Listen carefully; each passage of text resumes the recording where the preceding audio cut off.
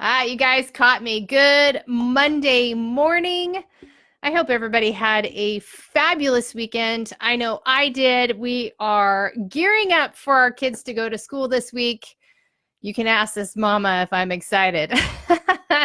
So welcome to Sneakered Life. I am Piper Harris. I work with individuals to create lives that drive, empower, excite, and motivate them. I also work with organizations to help them succeed and achieve all those goals, everything that you can think of that an organization wants to strive for, but sometimes they hit those snagging points. So today we're going to talk about emotional intelligence and how we can use empathy to succeed in leadership. So it's really interesting.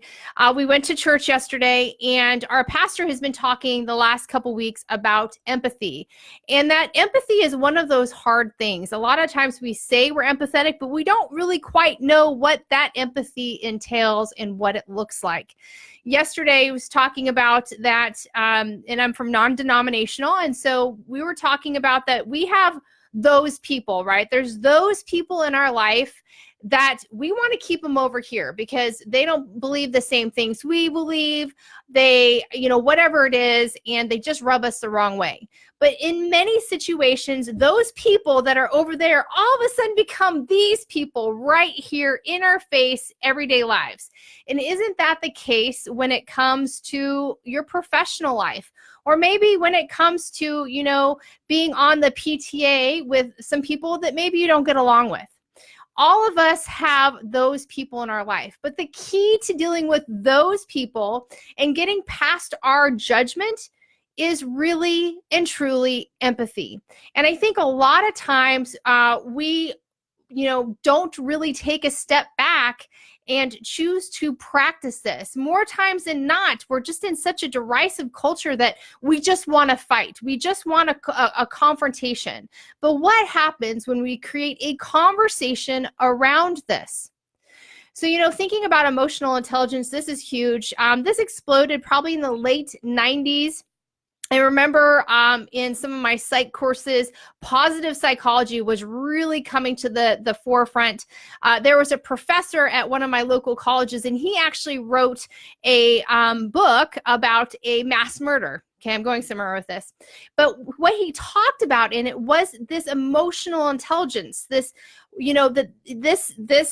psychopath really lacked it, sociopath lacked it, and how we can see and determine, where our empathy is and how we can build it up. Obviously, we don't want to be a psychopath or a sociopath, but it was the first time that I was really introduced to emotional intelligence. And now you see it everywhere. You see it in job postings. They want to see that you have a high EQ, all of those things, because what we are finding is that a true leader is more than what they can accomplish. It's more than black and white. It's more than what's on that spreadsheet. It's really about the EQ. Having a deep, resounding EQ or emotional intelligence drives your community further with you. You really, truly see people jump in and want to follow a leader when they see a leader with high EQ. So my pastor yesterday was talking about this, that to practice empathy is very difficult because you really do need to shelf the fact that just because you don't agree on something doesn't mean you can't accept them as a human being. And I think that's so key. And it really resounded with me while I was sitting there because personally, there's some situations that I'm trying to maneuver. And, as a professional, no matter the situation that you may be in, you're going to be faced with those people. And eventually they're right there in your face, and empathy is truly going to help you get into that situation, get, comfortably into that situation that you're forced into, working with people that you might necessarily not want to.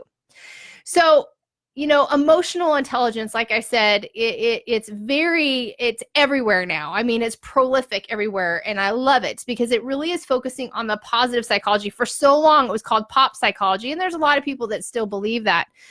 But it is key in developing who you are and becoming a professional, empathetic leader. So number one, it takes self-awareness, the ability to know your emotions, your strengths, your weaknesses, your drive, what drives you, your values, and your goals. That is the first step in this empathetic approach. Whether you're leading a company of 500 or you're leading your family of 4, self-awareness, and I've always spoke on this, is absolutely key in harnessing your emotional intelligence. While you're being self-aware, this is going to allow you to recognize the impact that you have on others, and it also allows you to signal into those basic instincts, the gut feeling that sometimes we talk about. Number 2, when you're focusing on this, when you're becoming self-aware, building that emotional intelligence, this helps with self-regulation. Self-regulation is key, isn't it? So many times we see people that say that they understand empathy, but they're just fighting all the time. And it's this culture that we're in right now, aren't we? I mean, people hide behind their keyboards and leave the worst, comments on posts you've ever seen. They aren't self-regulating. They aren't controlling those disruptive emotions. Because here's the thing, people are going to say things that we don't agree with. They just are. But being able to self-regulate by really managing and growing our emotional intelligence is key. By understanding, if I post this comment on here, what is this going to do and how is this going to affect this individual? Number 3, when you're really working on your emotional intelligence and really keying into empathy, you're increasing your social skills. You really are. And you're managing relationships. And by managing those relationships, I'm not talking about manipulation. But what I'm saying is that people see you actively working on self-awareness, by increasing your emotional intelligence, by regulating your own emotions. They're going to follow you in the desired direction that you want to go.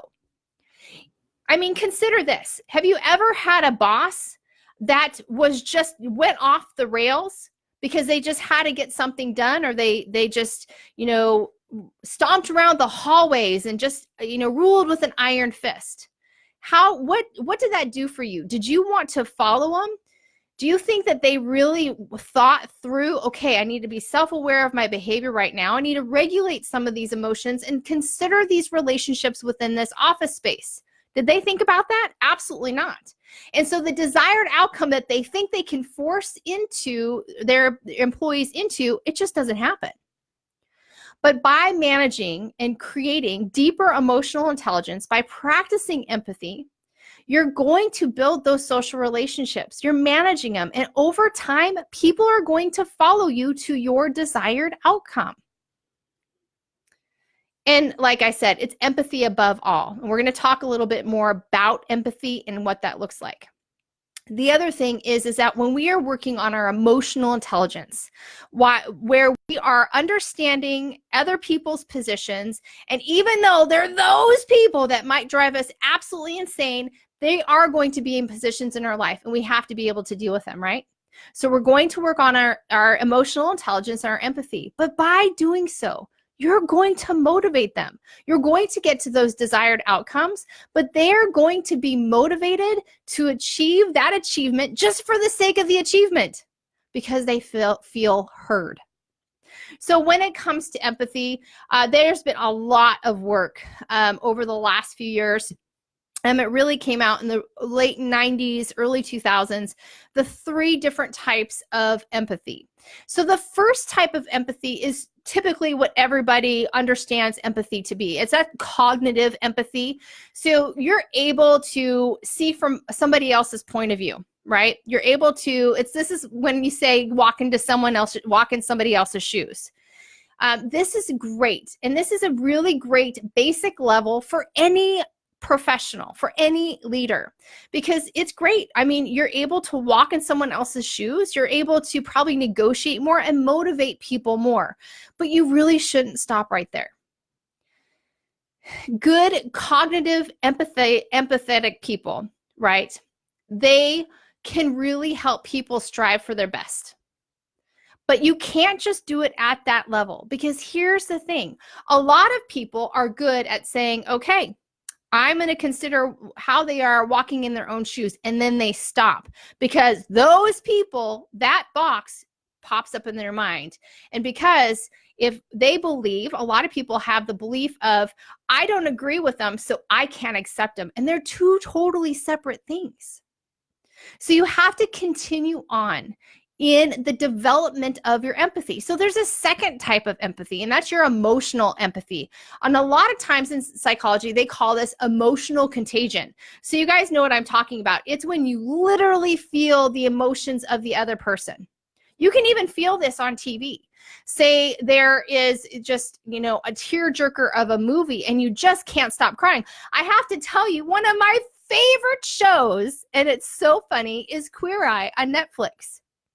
Because it emotionally wraps me up and they feed into these people's lives. And I cry. I cry and I cry.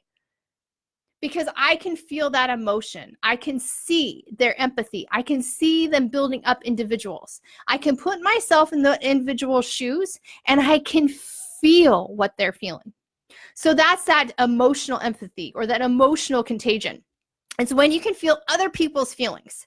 This is an amazing effort in empathy because it's great for people like in nursing or as a counselor, even in sales, because you're more aware of the individuals that you're working with. You're able to more than just walk in their shoes and see their perspective. You're able to feel it. You might not necessarily have a direct, situation like they're in, but you're able to feel that emotional. You can find a correlation. Now, a lot of times when you are highly emotional empathy, when you're highly empathetically emotional, you can get burnt out. I remember this when I first went into mental health counseling, and it was very difficult because I had rose-colored glasses on. I was going to save the world. I was going to do it all. And I gave my heart and my soul. And I can tell you about 4 years in, I was burnt out. I was tapped out. I was exhausted. I was depressed. I was defeated because I hadn't learned that you can be cognitively empathetic. You can be emotionally empathetic, but you have to kind of segment it out. Because if you allow that emotional empathy to drive you, you're just going to be burnt out. But here's the problem. You have to be able to find that balance, because if you just totally cut it off, you know what happens? You become indifferent. And that's not what we want. It's a balance. Empathy is definitely in a balance. So the last kind of empathy is compassionate empathy, and this is empathetic concern. So this is when you can walk in someone's shoes, you can see their perspective, you feel their emotion, and it drives you to action. It drives you to action. It pulls on your heartstrings, and it drives you to creating a change. So with all of these types of empathy, it is so key that you are constantly working on these and developing this empathetic muscle, because I can tell you it's going to drive you into a better leadership role. People are going to follow you. But it all starts with self-awareness, self-regulation. It creates greater skills, social skills, and it motivates the masses. But empathy, a lot of times, a lot of us, and I'm one of them, it comes naturally to me. But I have developed it over the years, because I recognize the more that I stop putting those people over here, and understand that those people over here that I might not necessarily agree with will eventually be these people right here. And I have to work with them. And so I have to develop my empathy. I have to practice this daily. I have to shelf my judgment in order to be the person I want to be and lead those people that I might not necessarily have in my life. Have you ever said to yourself, well, if I hadn't married so-and-so, I would never be with these people? Or if I hadn't lived so-and-so, I would never be friends with this person. Or if I hadn't been in this office, I would never associate with this person. We have all said those things, every one of us. And the way to get over that, in order to be the person we should be and develop and grow and lead those in our life, whether you are a CEO or you're a mommy of 4, it is about developing that empathy. Because here's the thing, here's the great thing about our emotional intelligence. Yes, we are given a certain amount of emotional intelligence. Some people have some people have zero. And that goes back to sociopaths and all of that. But we are given emotional intelligence. We are given empathy, but you have to practice it. And I'm telling you, when I'm working in different organizations and I see that they're absolutely practicing their empathy, that higher management is saying, okay, I'm going to take a step back. Yes, I need to hit this. I need to hit this. I need to hit this. This is my goals. This is what I need to do. But they also recognize the people driving those goals. And by recognizing that, people will follow, but it just takes self-awareness. And it takes an understanding, like my pastor said yesterday, that we're all going to have those kind of people, but eventually they're going to be right here. We have to learn empathy. We have to understand that just because I might not agree with your life or your, whatever it is, it doesn't mean I can't accept you for being a human being. Human decency, am I right? So thinking about that today, do you want to be the best leader? And I truly believe for you to be the best leader, to see a growing, thriving organization, it's on your shoulders to develop your emotional intelligence, to be an empathetic leader, to practice this daily. I think the biggest part of this whole idea that came to me about developing empathy and being the best leader possible is the self-awareness. And that's really what empathy is. We're aware that we have it. We are aware that we need to work on it. We are aware that we put people in boxes. Self-awareness is key. And part of that self-awareness is also saying, this employee over here might not have the same strengths as I do. I need to step in their shoes. I need to understand where they're coming from. We've all been in situations and had similar emotions. We can use those situations and experiences to drive us forward in those relationships with these individuals. So with that, understanding strengths, it's really interesting. I was talking to a client the other day, and she was saying, I've got this gentleman, he's above me, but they're positioning for me to be above him. And it's a sticky situation. And she's like, he's just so passive aggressive. And she's just racking her brain. He drives her nuts. He's those people. I would never associate with this guy ever if it wasn't for this job. And it's very frustrating. And she recognized it is absolutely sucking the life out of what she desires to do. And that is to lead her organization. But she's allowing that guy over here to suck the life out of that, right? Has anybody been in that situation? You're just constantly ruminating on that. So we talked about that. And we've been working on her Clifton strengths. We know where her strengths lie. And I suggested to her, go through all 34 of those themes. Try to identify who he is. And then be empathetic in your approach. Are you complete opposites? Then you should be able to balance. Find his strength. Find a way to converse with him, to drive him forward, to motivate him. Because that's the thing. So many times in our professional lives or even our personal lives, we're so ultra focused on, they just don't listen, they're just that way, they're just wrong. But what if we focused on, these are their strengths, this is where they're coming from, I feel for them, I understand why they're approaching it this way. What happens when we start looking at life that way? When we start looking at developing relationships personally or professionally on an emotional level. Now, I'm not saying that our actual IQ doesn't play in this. Of course it does. But I believe that emotional intelligence, empathy, is at the core of emotional intelligence. And if we all just gave a little bit more effort, we could overcome these tough situations. And with my client, I said, you need to look at this. What are his strengths? How can you converse with him based on his strengths? She came back to me about a week later. She's like, this is who he is. I've figured it out. This is how I can talk to him. This is what I can do. And I guess I kind of understand what's going on with him. He was thrust into a position that he wasn't ready for. He's just intimidated. And by her taking a step back, by her stopping the judgment, by her empathizing with this individual, she was opening herself up to relief. Number one, she's not focusing on the worst of the worst and wasting that emotional, mental energy on it. But she's allowing herself to regulate those emotions. She's allowing herself to become skilled in that relationship. How can I effectively help him? How can I lead him?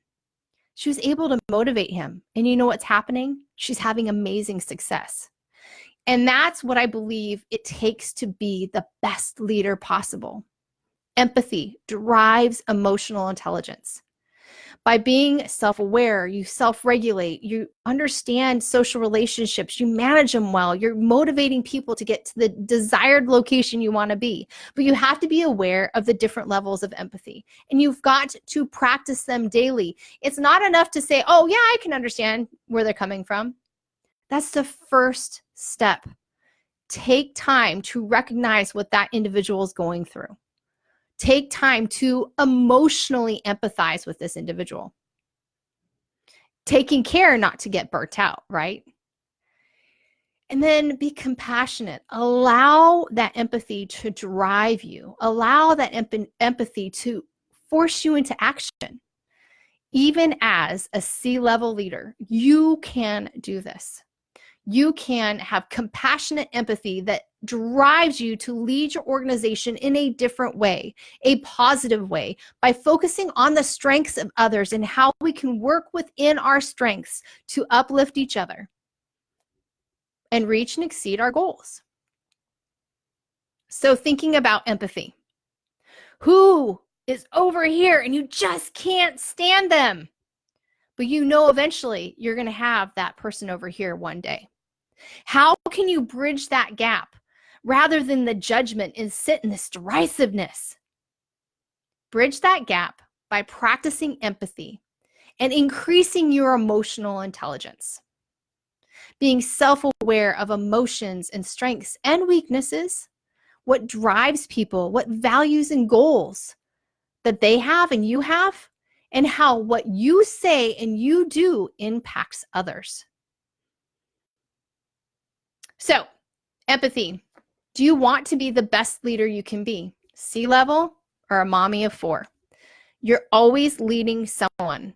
And I believe the key to the ultimate in a leader is practicing empathy and increasing our emotional intelligence. So thanks everybody for joining me today. I am Piper Harris with Sneakered Life Coaching. A lot to think about today, isn't it? How are you going to practice your empathy? How are you going to increase your emotional intelligence? I would love to hear from you below. A situation that you might have run into at the office where maybe you were with those people and you couldn't stand them, and how you took a step back and you practiced these things. I would love to hear your story because all of us are faced with this. But share a story with us below. We would love to hear from you. So everybody have a fabulous Monday. I hope you have a great day, and I'll be talking to everyone real soon.